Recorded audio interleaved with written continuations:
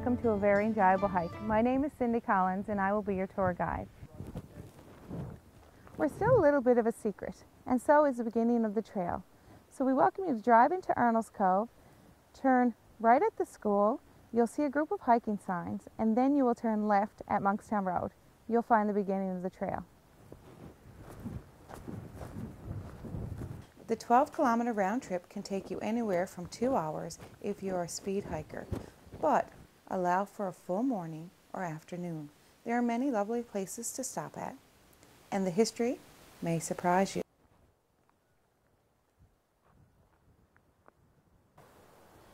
As you can see, the local subdivision, new subdivision is being built, but to the locals, this will always be known as the First and Second Horses Garden. The two horse gardens get their names from two fishermen, Brother John and Charles Brinston.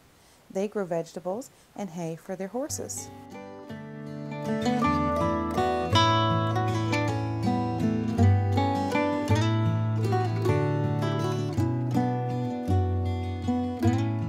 Within 5 minutes, we walk into our first beach, and it's called Wreck Cove.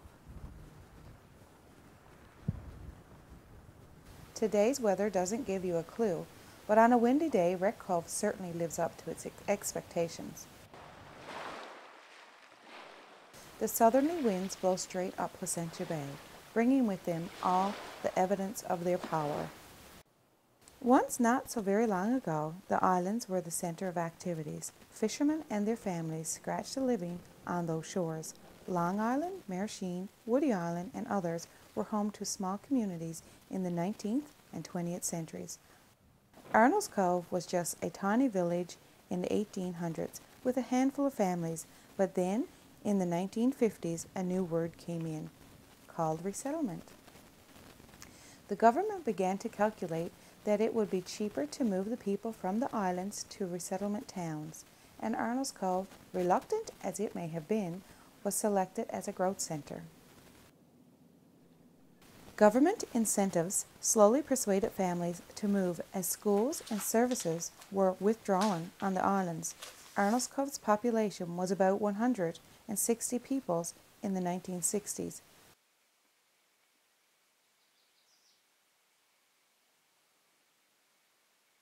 But as families moved across, often with their houses on floats, the numbers increased. Today it stands at about 1,400 people. Most have some connection with the islands, and the story of resettlement carries many mixed emotions.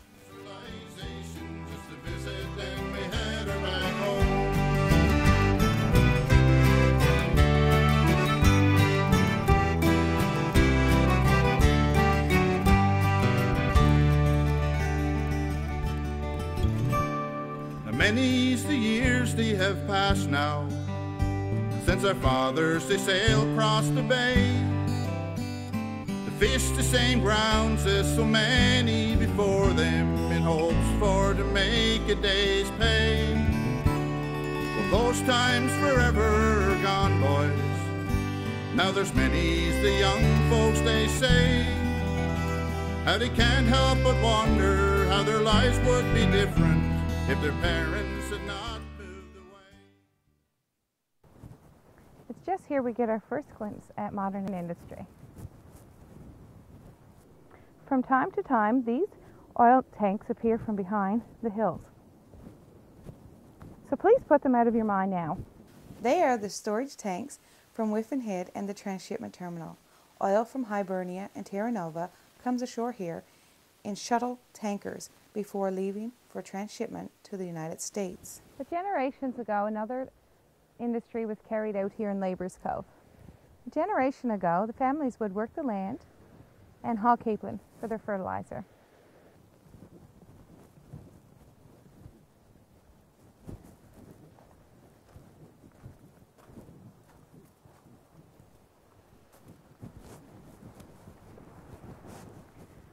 Here you can take one of two paths. This way leads through the woods, and this here is a steeper climb, but it's much quicker.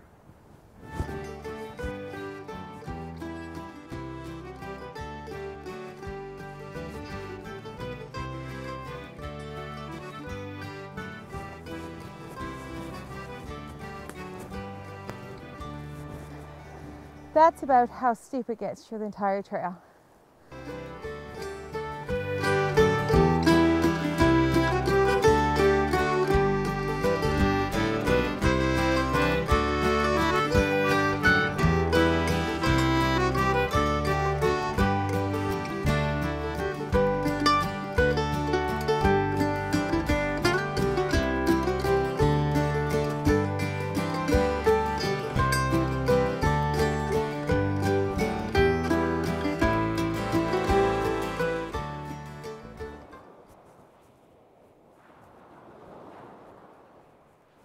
There's nothing wild about Wild Cove today, but during stormy weather, it will be very difficult to get a boat ashore on this stretch of land. If you enjoy ghost stories, come along to Wild Cove in winter. In the late 1800s, George Warren lived with his wife, son, and daughters. The house stood all alone, and one night they heard the sound of footprints climbing the stairs, and in the morning they discovered their broken chiming clock ticking away again. Could this have happened on the night of November the 23rd?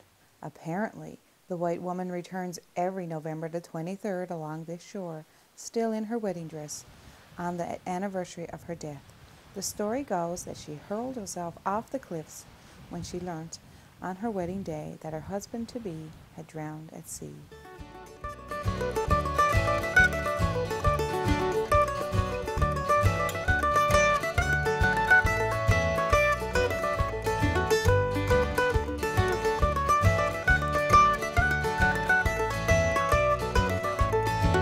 This short trail up to Whiffin Head brings you out to the entrance of the transshipment terminal. From there you can walk back to town along the road.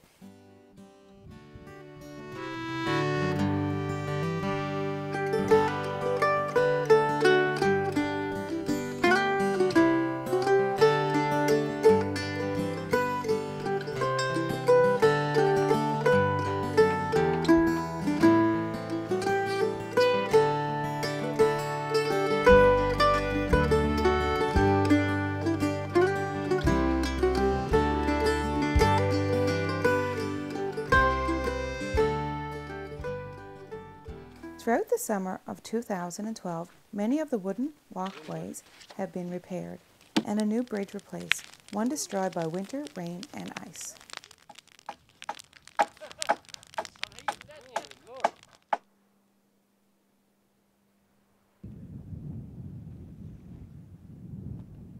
It's not just adults who enjoy a walk.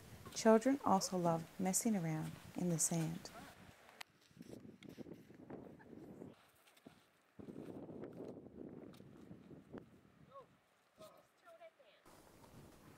It's about 3 kilometers out to this point, a Wild Cove Head. Already the blueberries are in full bloom. It looks like it's going to be a promising crop this fall.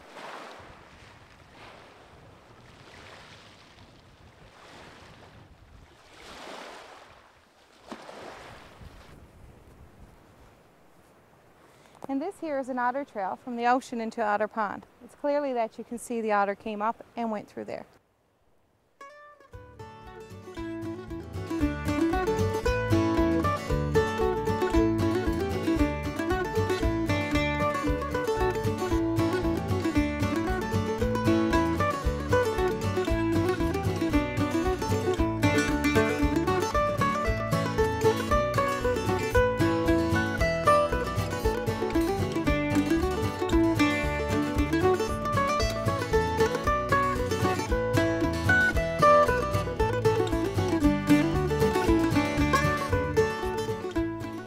The trail was very nearly lost to us when in 2005 a proposed development to build a liquefied natural gas terminal on the other side at Grassy Point.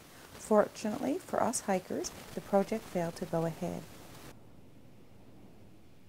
The Newfoundland LNG purchased the land from the town, but the family put in a clause that if the project didn't go ahead, that they could not purchase the land. Thank God for the family's wisdom, because today we still have our hiking trail. So who are the Adams family? You have certainly heard of Ray Guy, the celebrated author and TV personality who grew up in our hometown, and his sister Iris Brett, who currently resides in the family home in Arnold's Cove, and their mother, Alice Adams, who was born in Bordeaux. Take a straight line down this way, and this will be town land, and this is the Adams land.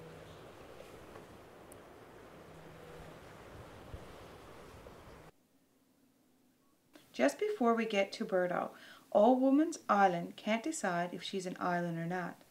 It's a bit of a scramble getting to the top, but there's no longer any signs of nesting birds, just some good views.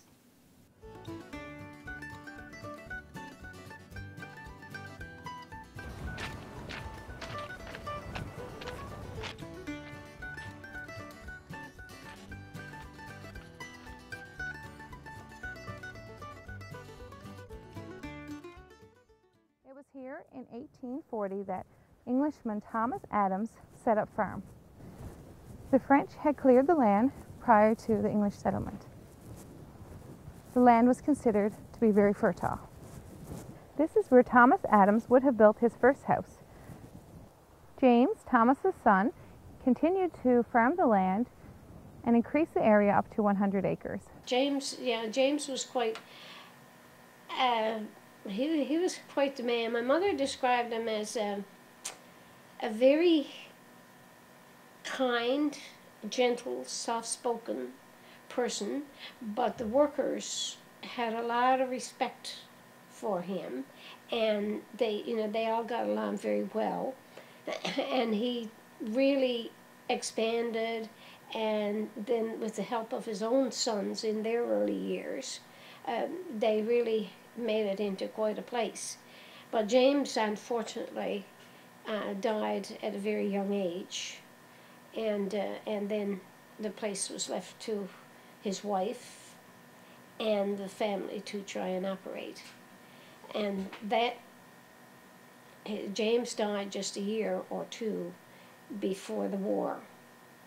And of course the sons immediately enlisted and went overseas, which left just the wife, the widow, and two young daughters, along with James' sister and her husband, to run the farm, and they just couldn't keep up with it all.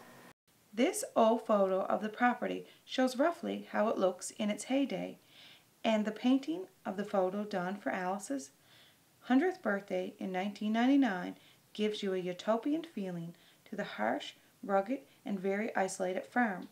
The main house with the milking parlor sitting in splendor, and to the left are the fishing rooms. But not in the painting or the photos is the second house, built around the time Alice Adams' birth in 1899.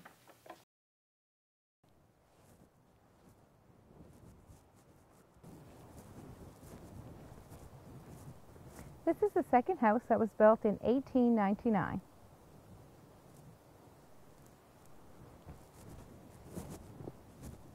My grandma was the last person living there, and she moved in 1940. So by 1950, the house had just about crumbled. It was unsafe to go inside and walk around at that time. The last building. I don't remember the barn, and I don't remember Aunt Maggie and Uncle Tom's house by the side of the pond. All I remember is that house and the milk house, or the dairy, and I just remember like a foundation of the first house, the old house, the original house that Thomas built when he moved to Bordeaux. I remember a bit of the foundation was just lying around on the ground. Oh, it was absolutely amazing to go. It was perfect freedom. You go from one end of the place and one beach to the other and out to the gut, and you could just roam all day and not see the same thing twice. Roaming around the premises, and there was berries to pick and nests to check out, birds' nests to check, and all kinds of things to do. And of course we had learnt from our mother, who talked about the place incessantly, all the different places that there were to explore up there. And we went every summer at least for one full day on picnic. which we had that day to explore. Other times we went there, we had work to do, like the sheep and berry picking, things like that. But we had at least one day when we could do as we wanted, just roam around and check out everything. Well, Thomas Adams came to Newfoundland about 1820, I guess, around that mark, and he acquired land in Cumberland. He soon expanded and wanted to have a larger place, so he kept his place at Cumberland, but he also moved his sheep herd. I think he had close to 100 sheep at the time, and moved his sheep and some other animals to Bordeaux, and the land was already cleared, and we think, you know, we can't say with any certainty, but we think that the French must have inhabited that land in the beginning, because the place was called Bordeaux, which we soon changed to Bordeaux. Uncle Nelson went back after the Second World War, but he didn't want to farm and he didn't want to fish. He was a carpenter by trade, so he wanted to build boats particularly, and that's what he did. He built one fairly large boat at Bordeaux and sold it to a business in Notre Dame Bay, I think, but there wasn't enough business there. He couldn't make a living at that, so he built up a house in Arnold's Cove and just used Bordeaux then on weekends, sort of, you know. He did have gardens up there, and he did catch his own fish and lobster and things, but that was about all he did. He took the house down. He demolished the house, took it down piece by piece, and kept the dairy as a little overnighter for himself, a little cabin, if you will. And we had a lot of picnics up there when he had that little dairy house, and he had lots of visitors. People would come out, friends from St. John's, and want to go up and spend the day, and it was a happy time at Bordeaux. Sitting in this 1890 photo is Aunt Maggie, the eldest daughter of Thomas Adams, the founder. Young James, born in 1910 at Bordeaux, has his ashes buried across the other side by the cattle shed. For almost 100 years, the Adams farmed what we now know as a hike, a delightful romp, a walk within history, and the land belongs to 3 Adams families, including Iris Brett. But they don't own this boat. Apparently, a cast adrift, when no longer any use, it washed up here and it became very much resident. We're almost at the end of our trail. For many years, the meadow was cut by Tom Eddy, married to Maggie Adams. They lived in the house on the edge of Bordeaux Pond.